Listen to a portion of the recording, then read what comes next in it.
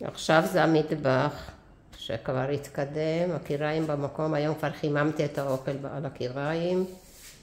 נקודות החשמל כמעט כולם כבר בסדר, חוץ מכמה שאולי לא את הכיסוי, המדיח במקום.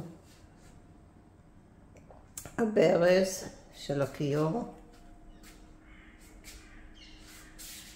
נקודות החשמל.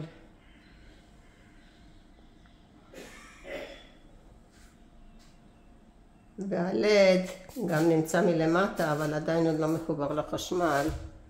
זה הלד. הכל ישק, שקשה לראות אותו. לכל האורך.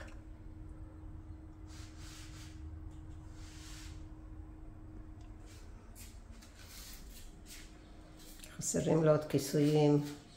יש 2 נקודות חשמל, שלא יהיה לו מתאים בגודל.